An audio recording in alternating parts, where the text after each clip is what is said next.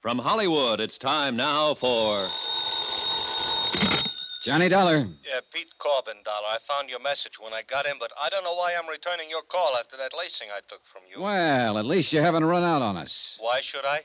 How would you like to explain what you were doing in Port Morris, New Jersey yesterday afternoon at the scene of the so-called accidental death of your client, Ricardo Amerigo? Oh, yeah, I thought that was you I saw in that car down there. It sure was. Are you in your office? Yeah, that's right. I thought you wanted Well, to stay know... there. I do want to know. That and a lot of other things. I'll see you in about an hour after I've made another call. Okay, I'll be here.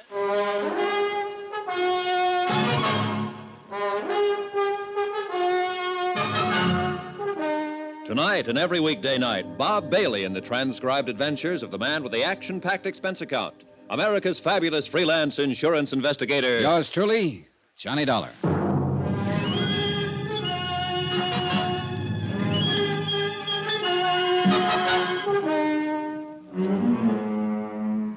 Expense account submitted by Special Investigator Johnny Dollar. Location, Philadelphia, Pennsylvania.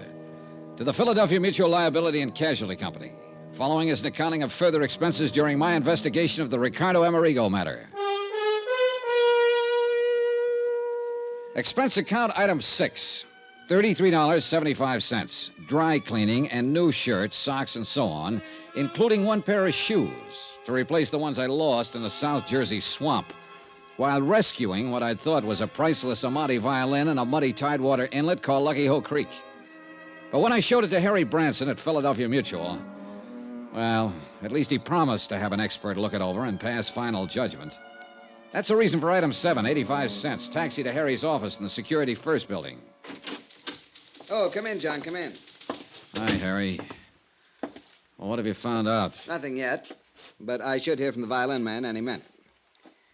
John, I do hope I was wrong. Sit down. Thanks.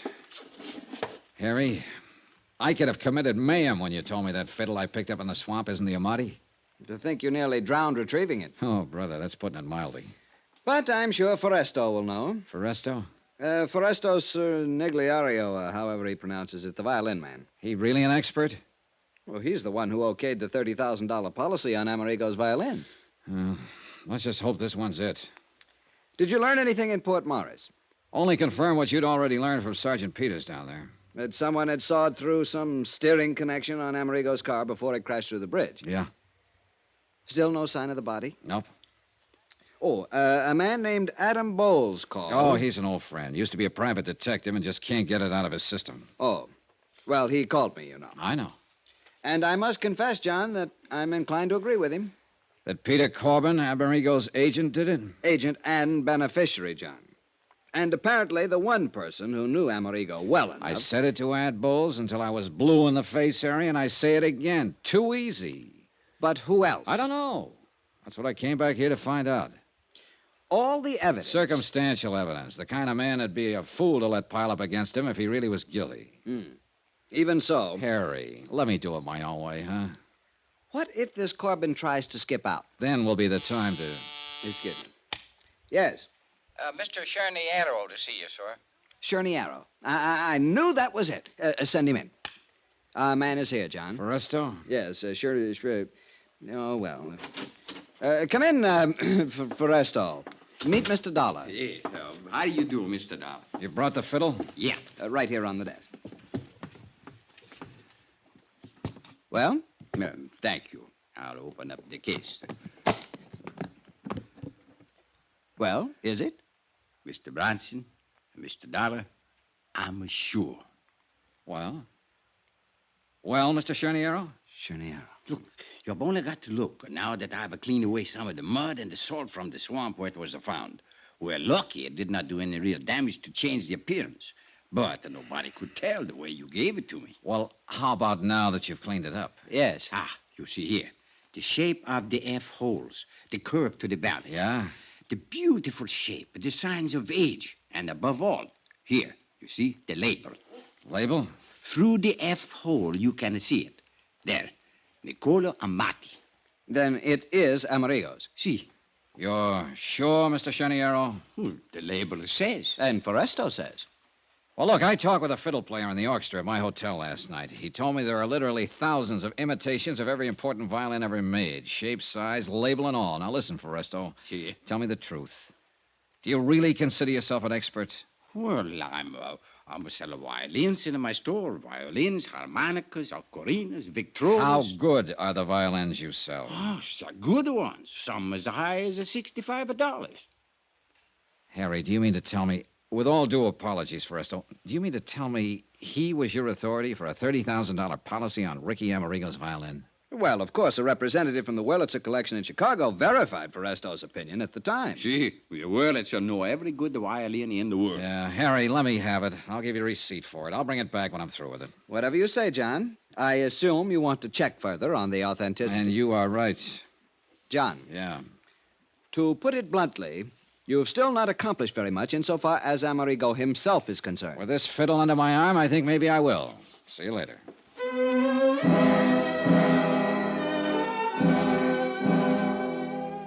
Maybe Harry'd been right in the very beginning. Maybe I should have known a little more about music, or more specifically, violins. Or maybe I should have left this aspect of the case to someone else and concentrated on the disappearance death of Ricardo Amerigo. Maybe well. Expense account item 8, 80 cents. Taxi to booking agent Peter Corbin's office.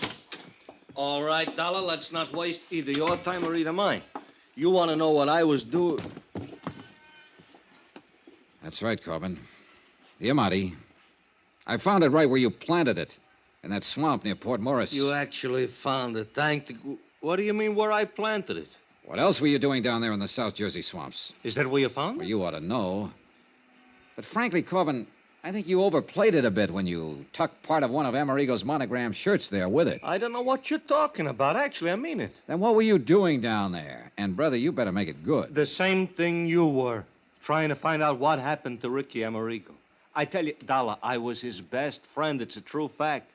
If his fiddle was down there, too, I didn't see it. I wish I could believe you. But the way it looks from here, you were willing to have the Amati violin found lying out there in that salt marsh because you couldn't get rid of it without exposing yourself.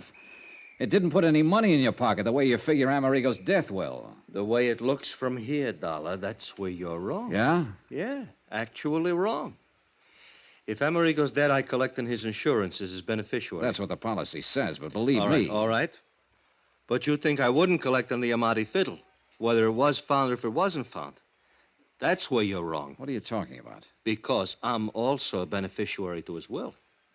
How do you know? Because I'm not only the sole and only heir in his will, I'm also the executive of his estate, too. Oh. Yeah. So if I was the heavy, what would I take a chance leaving a $30,000 fiddle laying around in some swamp? Cover up? $30,000 worth? All right, what did you do with the hacksaw? You mean somebody sawed up the fiddle? Oh, no, let me see. No, easy, will you? Somebody sawed partway through a steering arm on Amerigo's car to make it crash. Murder? That's a pretty fair question. Oh, no, Dollar, no. Oh, no, who would murder a nice, sweet guy like Ricky? Maybe he was a drunk, maybe he hit the skids, but he had no enemies. He couldn't have. Okay, Pete. Maybe he was just a drunken bum, worthless. He threw away a concert career, but he was a gentleman, an actual gentleman. And he was a sweet guy. Nobody could have murdered him. Oh, no, Dollar, not Ricky. Pete, would you? Who was it? Tell me, huh? Who was the lousy punk? I'll kill him. Okay, Pete, I believe you. I don't care whether you believe me or not.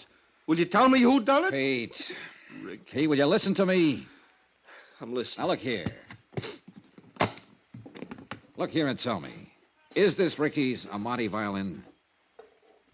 Yeah, that's it. Ah, poor Ricky. Poor drunk. You're sure? I'm sure. All right, Pete, I'm going to give it to you straight. All I ask is you Now, tell listen to me, me will you? who... We don't know who killed Ricky Amerigo. We haven't even found his body. The Port Morris police are still trying, of course, but it could have been carried by the tide through that inlet, the Lucky Hole Creek, right on out to the sea. Or, of course, it may appear somewhere along the creek. It'll take weeks to search that swamp thoroughly. Dollar, Anyhow... if they do find him, I want to see he gets a decent burial. Will you promise me? Okay, I'll try, but listen, will you? Because of the sawed-through steering arm, his death was made to look accidental. Double indemnity. And you're the beneficiary. He not only wasn't making you any money because his drinking kept him off the concert stage, but he owed you money, plenty. Now, that's a motive. As for opportunity, who else had as much as you? Nobody. But I love the poor guy. I try to keep him alive and get him back on his own feet. You told me, and I believe you. But the fact remains that the insurance company, the police, even a pretty smart private detective I know, all figure you for number one suspect. And they hope to accumulate enough evidence to move in on you. And you're with them, huh? No. What? Yesterday right here you told me... Sure, I know I did. But I've had time to think it out. Now, pinning it on you is just too easy, much too easy. I'll say it to your face, Pete. You're no mental giant. But only an utter fool would let circumstantial evidence like that pile up against him and then commit a murder like that. I may be wrong. Lord help you if I am and find out. But I think you're clean. I swear I am. And I'm going to play it that way unless I find solid reason to change my mind. Because, Pete. Yeah, Johnny? You're the one person who can help me in this case. I'll do anything. Actually, anything. Just ask me. All right. Now, first tell me where you were last Friday evening when Amerigo's car made that dive off that bridge. Alibi? That's right, brother, and you can be sure I'll check it. At Willie's. All right, who's Willie? Willie Elliott. He's a saxophone player, one of my clients. He was a friend of Ricky's, too. Well, where can I find him? What's his address? I'll write it down for you. We had a four-handed poker game. Who else in the game? Jerry Goldsmith, 120. He know Ricardo, too? Oh, yeah. Composer, conductor, violin player. Fiddle player, huh? Who was the fourth? Eric Snowden. Who's he? He's a fiddle maker. He lives at his shop. I'll write that down. Fiddle maker, did you say? Yeah. Here you are. Yeah, he was the sole and only man Ricky would ever let touch his amati for repairs and fixing up, you understand? Who else were good friends of Ricardo's? While he was making it, plenty. Lately, nobody. You sure? Oh, nobody, Johnny, I know. Of course, he hung around a lot of bars. He was a regular. Give me a list. Well, let's see. There's a little place over on Pine Street called the Yellow Lamp. Expense account item 9, $370. A quick sandwich for Pete Corbin and myself and a flock of phone calls to Pete's poker pals. Just to make sure they were in and available when I could get around to see them. I had to phony up an excuse for seeing each of them. A friend of Pete's, just in from out of town, suggested I give you a call, that sort of thing. And apparently it didn't arouse any suspicion. At least it was a start. And for the first time, call it a hunch or whatever you like, I felt I was going to get somewhere in this case. As it turns out, I was. Believe me.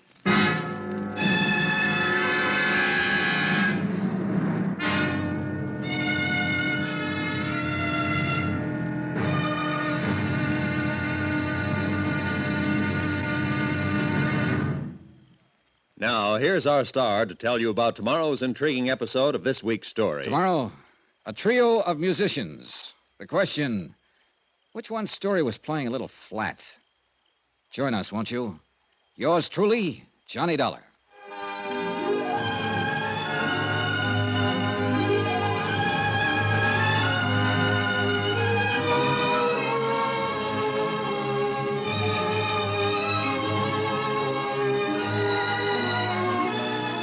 Yours truly, Johnny Dollar, starring Bob Bailey, is transcribed in Hollywood.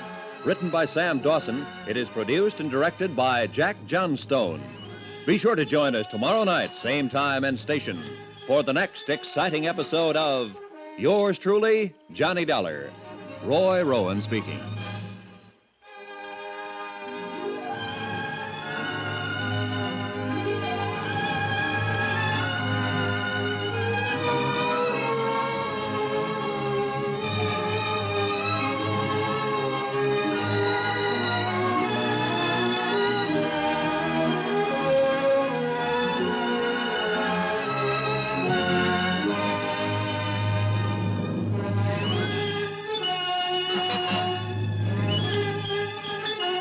Thank you.